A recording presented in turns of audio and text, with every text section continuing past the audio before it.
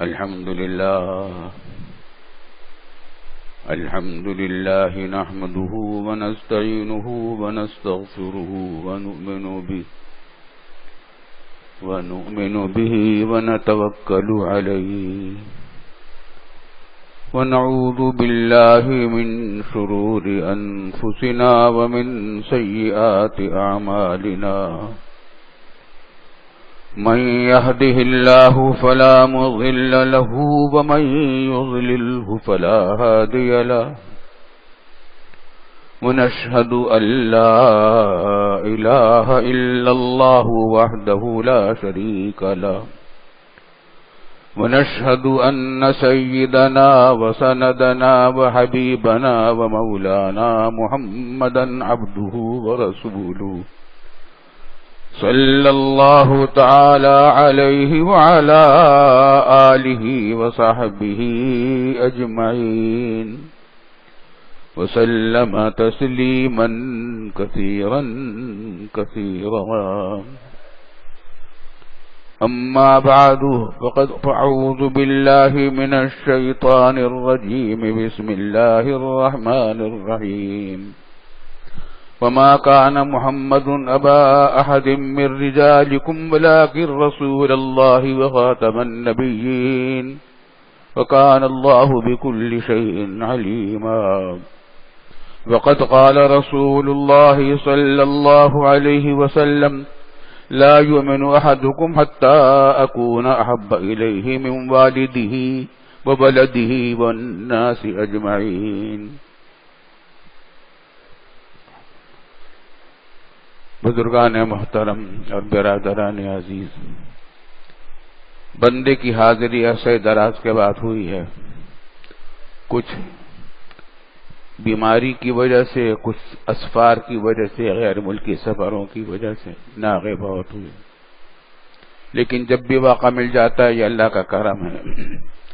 مگر الحمدللہ اس دنیا میں دین کے کام کسی کی ذات پر مبنی نہیں ہوتے، کام چلتے رہتے ہیں. الحمدللہ ہمارے پیچھے بیان بھی کا سلسلہ جاری رہا، ہر جمعہ کو بلا ناغہ جاری رہا. ہر جمعہ کو جب کبھی بیان کا موقع ہوتا ہے یا ویسے بھی جمعہ کے بغیر، سب سے پہلا سوال یہ ہوتا ہے کہ بات کیا کہنی ہے. صرف تقریر برائے تقریر تو کرنی نہیں، جو وقت کی بات ہو، ضرورت کی بات ہو، سننے والوں کے کام کی بات ہو، وہ بات کریں. تو یہی دعا بھی کرتا ہوں، یا اللہ وہ بات کہلوا دیجئے جس میں سب کا فائدہ ہو جائے، میرا بھی ذخیرہ آخرت بن جائے، سننے والوں کے لیے بھی نافع بن جائے. آج پاکستان میں بہت بڑا مسئلہ توہین رسالت کا ہے.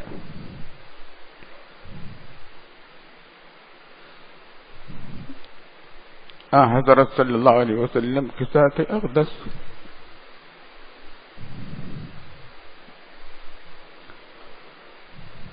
ایسی ہے کہ ہمارے ایمان کا بھی حصہ ہے. ایمان ہی نہیں ہوتا، حضور صلی اللہ علیہ وسلم کی محبت کے بعد تو ایمان ہی پورا نہیں ہوتا. جنت میں داخلہ ممکن نہیں. یوم حساب میں شفاعت انہی کی چلے گی. اللہ تعالی ہمیں محروم نہ فرمائے. ہر مسلمان ایک بات ہے، الحمدللہ الحمدللہ، کہ ہر مسلمان کیسا بھی گیا گزرا ہو، فاسق ہو، فاجر ہو، حرام خور ہو، رشوت خور ہو، شراب پیتا ہو، طرح طرح کے گناہ کرتا ہو، لیکن رسول اکرم صلی اللہ علیہ وسلم کے ناموس پر حرف آنے کو کبھی برداشت نہیں کر سکتا. اپنی جان مال سب کچھ قربان کرنے کے لیے تیار ہے. ہر مسلمان کا یہ حال. الحمدللہ ہمارا ایمان بھی یہی ہے. اس سے بڑا کوئی اعزاز نہیں کہ اللہ تعالیٰ موت دے دے رسول اللہ صلی اللہ علیہ وسلم کی محبت میں، ان کے دفاع میں، ان کی ناموس کی خاطر آج پاکستان کا مسئلہ یہ ہے، پاکستان ہمارا بنا لا الہ الا اللہ کے کلمے پر اور مدینہ طیبہ کی طرز پر نظام حکومت قائم کرنے کے لیے بنا تھا یہ پاکستان، لیکن دشمنوں کو یہ ملک کھٹکتا ہے اسی وجہ سے، کیونکہ دنیا میں کوئی ملک سوائے حرمین شریفین کے وہ تو معاملہ الگ ہے، کوئی ملک ایسا نہیں ہے دنیا میں جس کا وجود کلمہ لا الہ الا اللہ کی بنیاد پر ہوا ہو اور اسلامی قومیت کی بنیاد پر ہوا ہو۔ اس واسطے دشمنان اسلام کے ہمارے اس وطن عزیز پاکستان کے دشمن ہیں، کیونکہ پوری دنیا کا اسلامی اخوت کا گہوارہ یہ ہے، مرکز یہ ہے۔ قرآن نے یہ کہا تھا کہ انما المؤمنون اخوہ، دنیا بھر کے مسلمان بھائی بھائی ہیں، چاہے افریقہ کے رہنے والے ہوں، امریکہ کے ہوں، انگلینڈ کے ہوں، ایشیا کے ہوں، چائنا کے ہوں، بینکاک کے ہوں، کہیں بھی ہوں، وہ بھائی بھائی ہیں، کالے ہوں یا گورے ہوں، کسی بھی نسل سے ان کا تعلق ہو، کسی بھی زبان کے بولنے والے ہوں، سب بھائی بھائی ہیں۔ یہ مسجدوں میں ہمارے اجتماع یہ اس کی گواہی دیتے ہیں، کتنی زبانیں بولنے والے ہیں، الحمدللہ حج میں بھی ہوتے ہیں، جمعہ کی نماز میں بھی ہوتے ہیں، روزمرہ کی نمازوں میں بھی ہوتے ہیں۔ پاکستان اسی عقیدے کی بنیاد پر قائم ہوا تھا۔ دشمنان اسلام کو یہ بات کھٹکتی ہے کہ یہ اسلامی قومیت کی بنیاد پر قائم ہوا ہے، اس کو طرح طرح کے دشمنوں پر کے حربوں سے مجروح کیا جانے کا مسلسل سلسلہ چل رہا ہے، لیکن الحمدللہ ہمارا ایمان ہے اس پاکستان کو کوئی ختم نہیں کر سکے گا۔ جس طرح لا الہ الا اللہ کا کلمہ کبھی ختم نہیں ہوگا اس دنیا سے، انشاءاللہ ہمارا وطن عزیز پاکستان بھی ختم نہیں ہوگا۔ اس کا جھنڈا اسلام کا جھنڈا ہے، کلمہ لا الہ الا اللہ کا جھنڈا ہے، مگر یہ اس قسم کے فتنے پیدا ہو رہے ہیں، طرح طرح کی سازشیں ہو رہی ہیں، اور توہین رسالت جیسا جرم اس ملک میں ہو رہا ہے۔ کیسے برداشت کیا جائے؟ کیسے کوئی مومن برداشت کر لے؟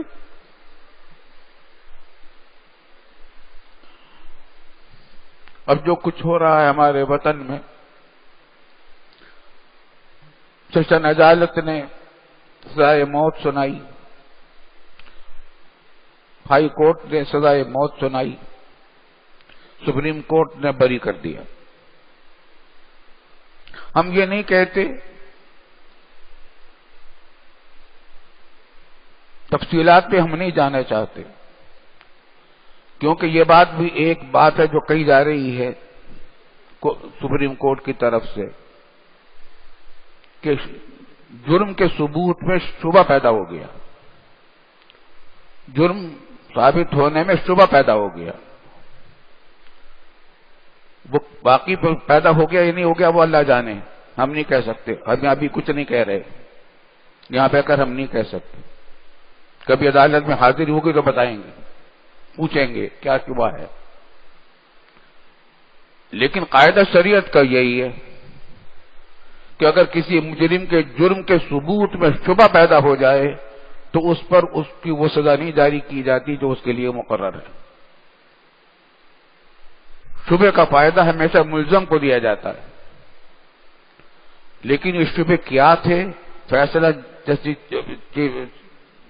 جسٹس سپریم کورٹ کا آ گیا، اخبار اردو میں بھی چھپ گیا ہے، ہم نے بھی اس کا کچھ مطالعہ کیا ہے، لیکن معاملہ ہے قانونی، عدالتی، دستوری، بات چل رہی ہے، انشاءاللہ کبھی بات ہوگی تو تفصیلات آئے گی۔ ہم نے فوری طور سے کل ایک بیان جاری کیا دارالعلوم کی طرف سے، ہر مسلمان کی ذمہ داری ہم سے مسلسل پوچھا جا رہا تھا، مختلف بڑے بڑے حلقوں سے پوچھا جا رہا تھا کہ ہم کیا کریں اور آپ کا موقف کیا ہے اس سلسلے میں، تو ہم نے تو یہ بات کہی ہے کہ سپریم کورٹ کے اس فیصلے نے جو طوفان برپا کیا ہے اور پورے عالم اسلام کے دلوں کو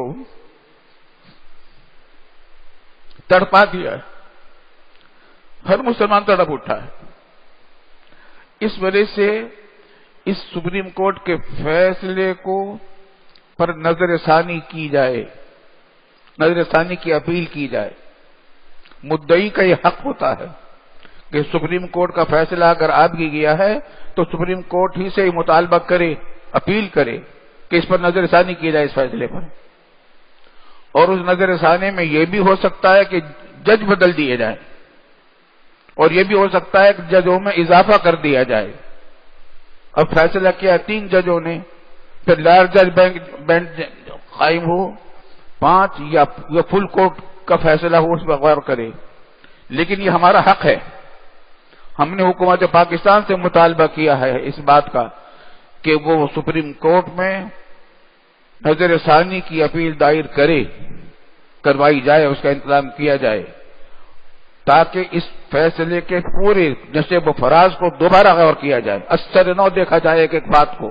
آخر ہائی کورٹ نے کس بنیاد پر سزائے موت جاری کی تھی، سیشن کورٹ نے کس بنیاد پر سزا جاری کی تھی، اس کا بھی جائزہ لیا جائے۔ اقرار کرنے والی نے کیا الفاظ کہے تھے، ان کے گواہ کون کون تھے، تو گواہوں کا کچھ ذکر آیا ہے، لیکن ان کا کہنا ہے کہ گواہوں کے بیانات میں تضاد تھا۔ لیکن ہم دیکھنا چاہتے ہیں کہ سپریم کورٹ دوبارہ اس پر غور کرے، اور غلطی بھی ہو سکتی ہے، ان سے بھی ہو سکتی ہے، دوسروں سے بھی ہو سکتی ہے، جائزہ لیا جائے اس فیصلے کا کہ اس کے اندر کیا کہیں کہاں کہاں واقعی سکم ہے یا نہیں۔ اور اگر واقعی دوبارہ غور و فکر کر کے یہ بات معلوم ہو جائے کہ جرم پوری طرح ثابت نہیں ہو سکا، تو پھر ہم بھی شریعت کے قانون کے پابند ہیں، ہم یہ کہیں گے کہ ٹھیک ہے۔ لیکن یہ کہ اس کو کھیل بنا لینے کی اجازت ہم نہیں دے سکتے، اس کو برداشت نہیں کیا جا سکتا، جانے قربان کر دیں گے ہم،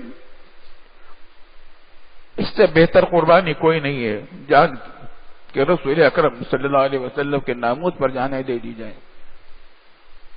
اور دوسری بات ہم نے یہ کہی ہے اپنے بیان میں کہ یہ آسیہ مسیح کو پاکستان سے باہر جانے کا راستہ روکا جائے، اور ایگزیکٹ کنٹرول لسٹ میں اس کا نام داخل کیا جائے، تاکہ کہیں ایسا نہ ہو کہ اتنے نظر ثانی ہو، اتنے بھاگ جائے، یہ کہیں اور چلی جائے۔